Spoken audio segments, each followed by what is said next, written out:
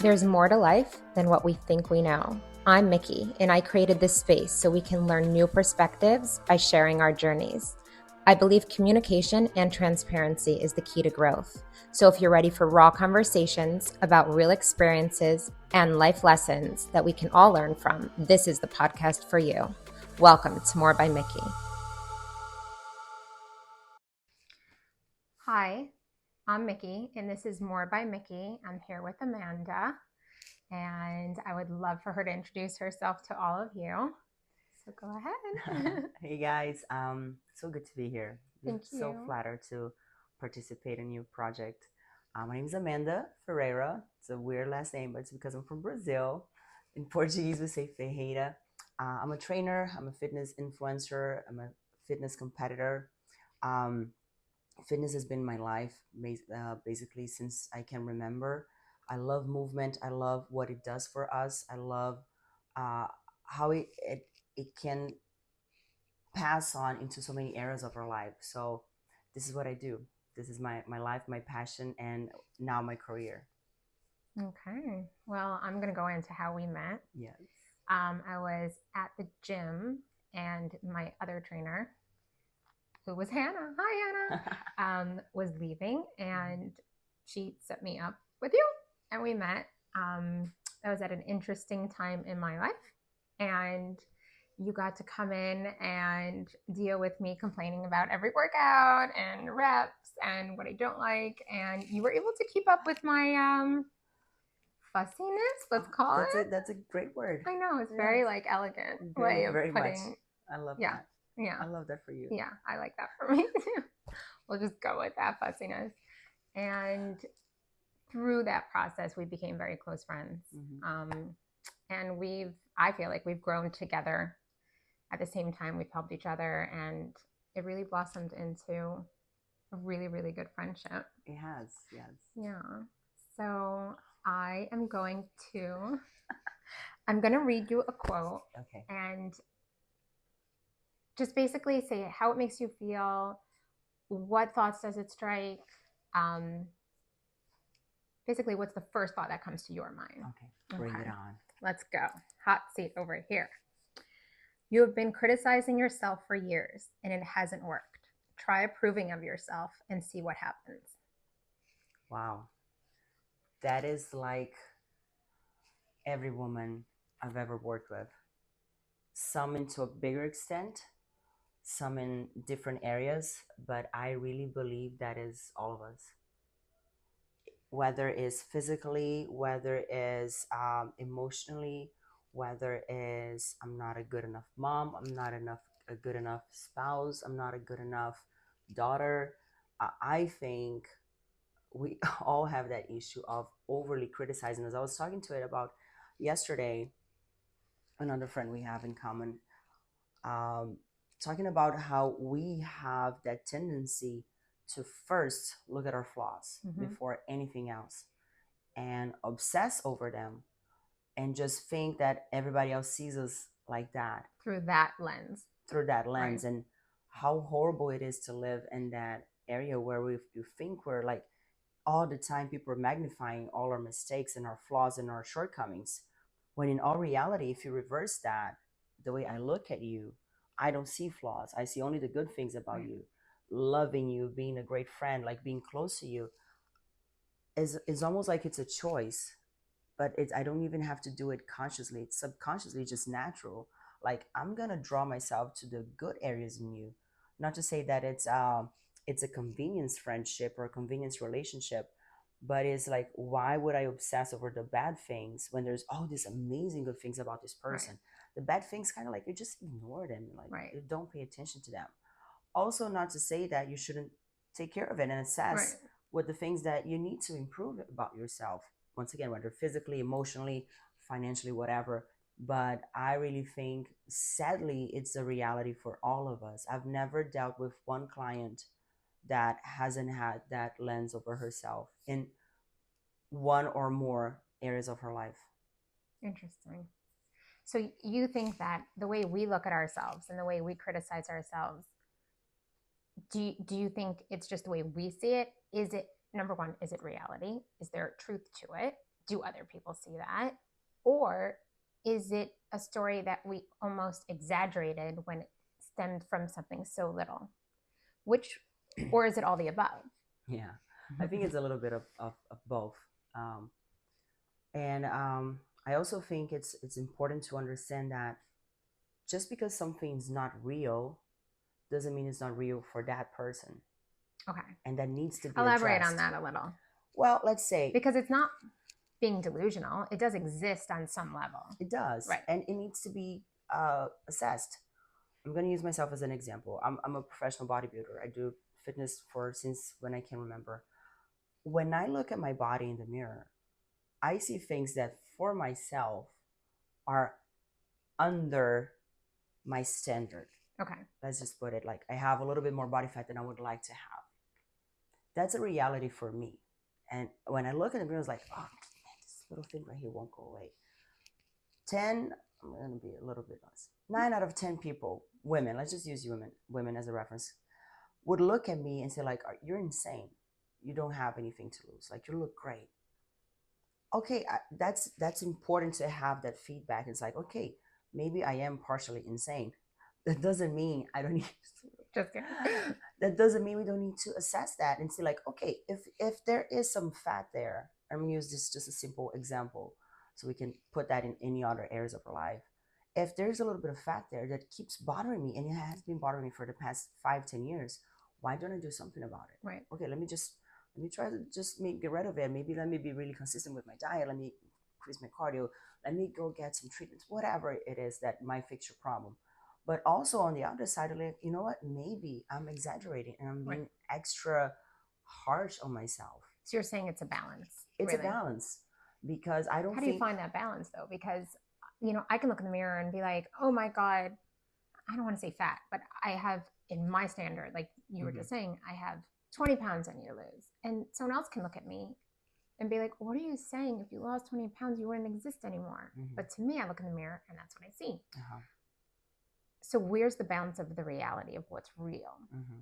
I think you need to, the easiest and safest way I've seen to kind of assess that is whenever I look at pictures of myself in the past, I've had so many episodes in my life where I remember being miserable because of how I looked. Like trips that were ruined, parties that I didn't enjoy myself, or even situations where I felt so upset because I didn't look my best. And then I look at pictures and it's like, I looked amazing. You're saying years later, looking years back later, yeah. Let's say I have a specific episode that's when it clicked me for the first time.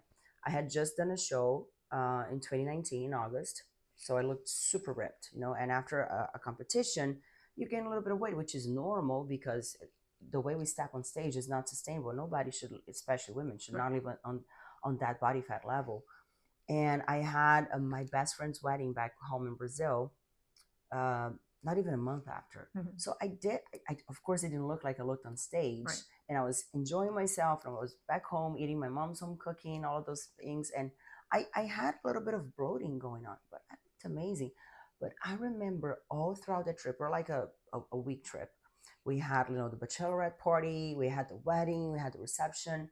I felt so miserable. Wow. Because it's like, oh, my clothes don't fit. Where's my six pack? I don't see the veins on my forearms. It was like that. It ruined your whole trip. It ruined my whole trip. Wow. And there was like leaving, like one of the most beautiful moments of my life, or my best friend from like you weren't high even school able to check in and be present and enjoy the moment because your whole entire body image of yourself was like, I'm huge.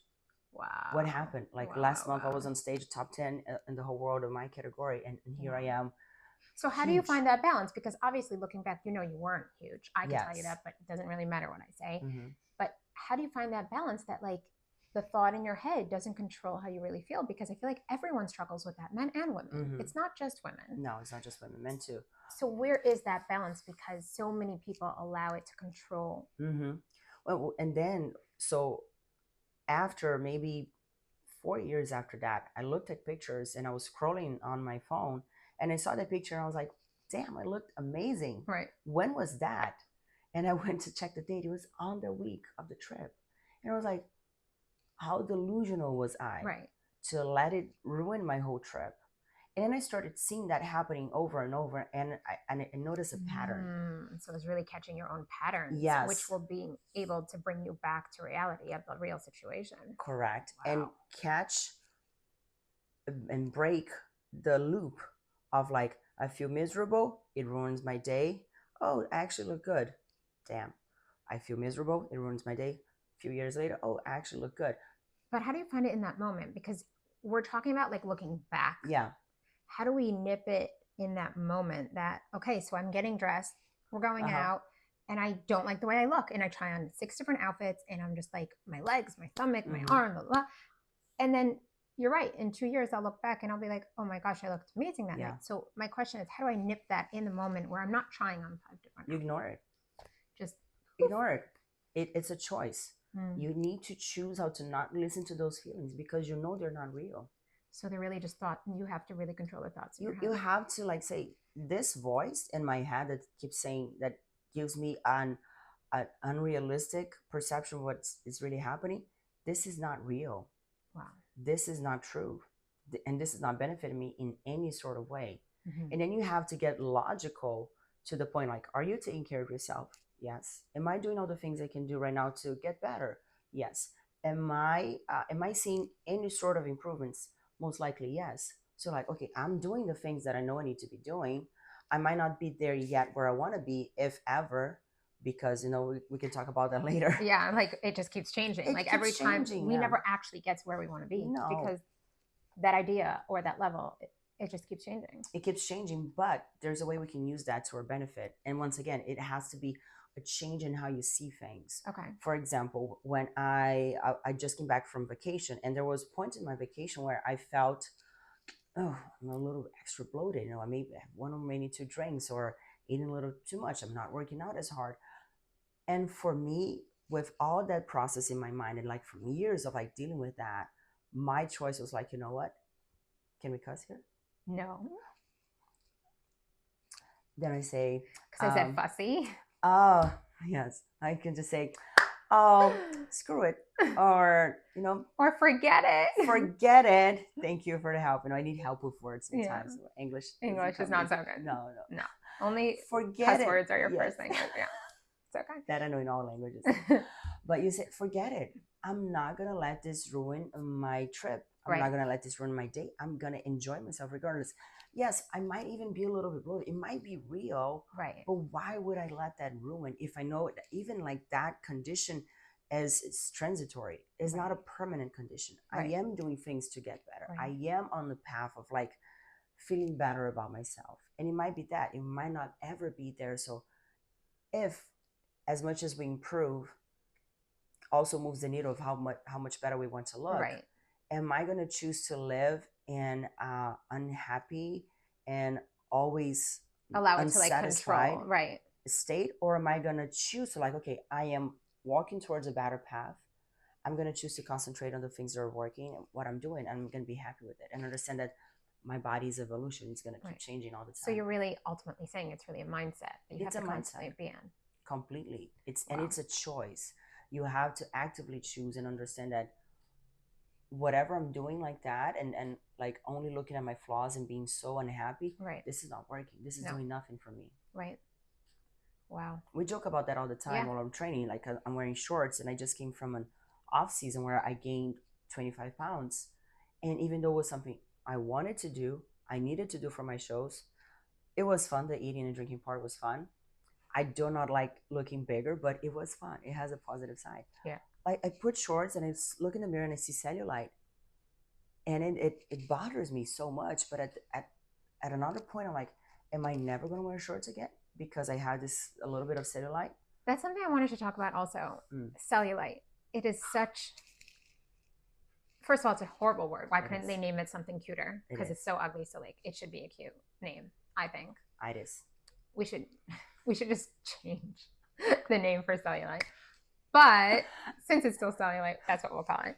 But why is it that it's not normalized more? Like everyone has it. Everyone talks about it. And yet society as a whole, it's like not the worst, obviously. Such a bad thing. Uh-huh. And I mean, it's controlled my life, Mm-hmm. all my life. Mm-hmm. And I'll see skinny people who have no fat on their body and they have cellulite. And Yeah. I'm like, well, okay, so then it's hereditary and it's this and it's that and all the other things, but it's frustrating. It is. So you're just saying it's mind over matter, no matter what it is. And I can look in the mirror and be like, my cellulite's beautiful. Thank you for being on my body, and move on with my day, and everything will just be la-di-da. Well, I think that's a little bit La La Land. You know, I like La La Land. Bringing to reality. Balance me out, Amanda. I think some people have the mindset, and they do, and God, I like that them. For them. Yes, I love that. God bless them. I don't think that's most of us. No. So I don't think it's like that. You know, thank you, cellulite. Thank you, extra fat. But in reality, if we dig down deep, they're there for a reason. You know, it can be hereditary, it can be genetic, it can be whatever. But I don't think it's that type of like just ignorant like that. It's like, it's there. I don't like it. I don't think it's the most flattering thing. But I'm not going to let it control. I'm not going to let it control my life, because I have so much more going on for me than this. Right. Like an easy example, we live in Miami. It's hot. Am I never going to wear shorts to go to the gym because I have a little bit of cellulite? No. Right. I'm going to look for better lighting at the gym. I'm not also going to play against myself. It depends which machine's open with the lighting. Exactly. Like, don't put a light directly from the top here, because that's just mean. But like the lighting in here. Yeah, I'm going to still wear my shorts and think I look beautiful, and look for where it's the best lighting in the gym. Right. So it's how to trick your body and the lighting. Yes. Trick your body and the lighting and the mind. Trick your mind into not seeing the cellulite as much based on lighting. What about natural light? Well, don't go out when it's midday. Only go out at nighttime when it's dark. Great advice, Amanda.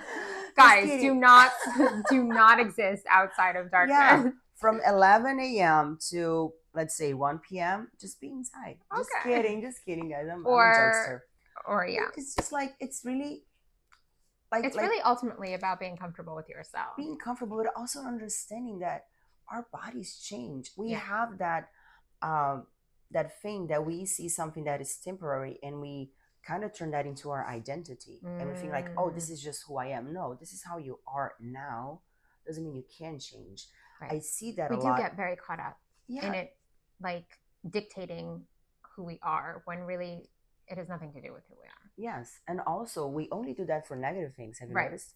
Like, when we look amazing and we have makeup, hair done, like we're skinny, like the outfit is a mob. Like, when you wake up the following day, like with mascara all running down, like, well, you don't, because you're a good girl. You take your makeup. Of course, I can't break out and have wrinkles. I don't always do that. But when you wake up and you're like not feeling your best self, do you still hold your identity from the night before? You're feeling amazing? See, that's the problem. We forget. We forget. It's like gone. But remember the bad. Why is that? Because I think it's a natural human attraction to negativity. The negative bias. Okay, we need to rewrite our whole script. Like, the world in general needs to like be more positive, because, and I'm learning this through my own journey nowadays. You're right. Why am I harping on something bad when I wake up, which I've been working on a lot. I do like gratitude journal in the morning now, every morning. Why am I not waking up and be like, wow, I looked really good last night? Or, wow, I ate really well yesterday. I did my workouts. I got my rest. I took a nap. I feel amazing. I had 1 cup of coffee instead of 5. Like, why am I not focusing on all the positives? Well, one thing that we can really explain that, and it's easy to understand, is the survival mechanism. From our evolution standpoint, we have to pay attention to the negatives, otherwise we'll die. So it is really your brain just trying to keep you alive. But of course, the way we live today, we don't have to be that alert all the time, at least not for the same things. Right. But we do have that natural attractiveness to it, that what is negative and what's possibly harmful for us, right? Because we need to survive. So once you understand that your brain is just trying to keep you alive, you can kind of try to talk to it like, just like, relax. I'm safe. I'm safe. Good. I have food in my fridge. I'm not gonna die. No, you're gonna be okay. Yeah. You look good. You look good. Yeah. Smile. World is beautiful. Brunette works great on you. So nails also. They're amazing. Big upgrade. We won't talk about what they looked like yesterday. No. What? Didn't happen. I don't know what you're talking about. I wake up like this. This is, by the way, this is what our workout sessions look like. And All of this. Like, how can I distract her and make a joke so that she'll stop putting me through? does it work? Sometimes, 9 out of 10 times, like I'll Sometimes get it an does. extra minute of relaxation or a break. It's not relaxing. Or like you'll count 15. I'll say it's 15, but really it was 10. You know. It's okay. And then the other one, And then you make me do make more. you do more. Yeah, Mm-hmm. that's fine. It always balances out. Life is just balanced out. But getting back to the seriousness, was there ever a time in your life that you look back at your life and are like, oh my gosh, not, oh, I looked good, or oh, I looked not so good? And what would you almost say it was because of? Was it poor eating? Was it poor working out? Was it emotional? If you could pinpoint a time that you looked the worst, what did it have to do with? Oh, emotional for sure. I've come from a history, a lot of binge eating disorder. Okay. And a lot, which I still deal with, body dysmorphia. So that's where I was going with it. I wanted to see, because I mean, a lot of people are guilty of it, but I personally have a big issue where for a long time I would look in the mirror and I'm like, I see this huge person. And there was a time in my life that I was chunkier, you know, when I was younger, and then after kids and life, like you said, life happens. Yeah. But I learned more recently that what I look like now is not really what was looking in the mirror back at me. Yeah. But if you're saying it's emotional and you struggled with body dysmorphia, how were you able to sort of change that script or work on that? What would be your tips? Tips would be first to like understand what's causing you, what are the root causes of the results you're dissatisfied with. My case was weight gain. It came from an emotional, all throughout my life. I can talk about the last one, but all throughout my life, every time I had weight fluctuations, they all had an emotional base. You know, I was going through stuff. I was not in touch with my emotions. I was just, just whatever, not paying attention, and an emotional wreck, and that like goes into a very weird eating and drinking habits and partying habits also. Doesn't help. But on the last one was when I went through my divorce. Well, actually a little bit before my divorce, but it was during COVID. I got COVID like most people did. And then I got a severe mold toxicity disease, which is called chronic inflammatory response syndrome. And I gained a bunch of weight. But looking back, yes, it was a physiological thing. It did affect my hormones. It affected my satiety levels. It affected how my body processes food. My gut was inflamed. It was horrible. But it did have an emotional bias. And that from that point all throughout my divorce and a little bit time after, which I can say it lasted about 2 to 3 years, maybe. Oh, wow. Yeah, it was a lot of just, first of all, trying to deal with what my emotions were telling me, which was a big breakthrough in my life, because up until that point, I don't think I ever was able to connect those dots. Oh, wow. This is why I'm looking like that. And once again, looking back in the pictures, I didn't look that bad. Right. But I felt horrible. I felt so miserable. I felt like, oh my gosh, like what happened, to the point that I was looking in the mirror, like I couldn't recognize myself. It's like, who is this? Who is this Amanda? Like, how did I end up here? And after I sorted out what I could do emotionally on my own journey, I just started doing what I know it worked for me in the past, which is I need to get better with my eating. Okay. I need to get better with my training. I need to get better with my habits. Even though I really don't feel like doing any of those right now, I really feel like crawling under my blankets and just doing nothing, being in my pity party. But I need to do those actions. As much as it's uncomfortable going to the gym when I'm overweight, as much as it's uncomfortable for me having an online presence as a fitness athlete, competitor, influencer, name it, whatever you want, and putting on gym clothes that I know they don't look good and showing in the gym like I've never lifted in my life. Right. These are like all the barriers I needed to get rid of and overcome, because I know there's only one way to improve myself. By pulling yourself out of the rut. And going on that uncomfortable journey phase of the starting again. Right. And we all go through it. Yeah, over and over again. Yeah. We always starting over because life is not perfect. We have times where it's we constantly have to changing and evolving. Yes. Otherwise, it's not happening. It's not happening. Yeah. And that was you asked about some tips, and I think it's just that is not being scared of the uncomfortable, the initial uncomfortable, because it will get better. And if you don't overcome that phase, which might last a month, a year, who knows, you will never get out of that pit that you are, and it's only going to get darker and deeper, and that's dangerous. Right. Wow. If there was one key takeaway that you can share with the world, any advice, what would it be? Be kind to yourself. Be more kind to yourself. Take yourself a little less seriously. Laugh at yourself. Everybody's just faking it, honestly. Oh, wow. None of us know what we're doing. We're just trying. We figure it out as we go. We figure out as we go, and make the journey easier for you. Life already grace is hard. It's my new favorite word. Give yourself grace. Exactly. That's beautiful. Wow. Well, thank you so much for being on here. Is it already?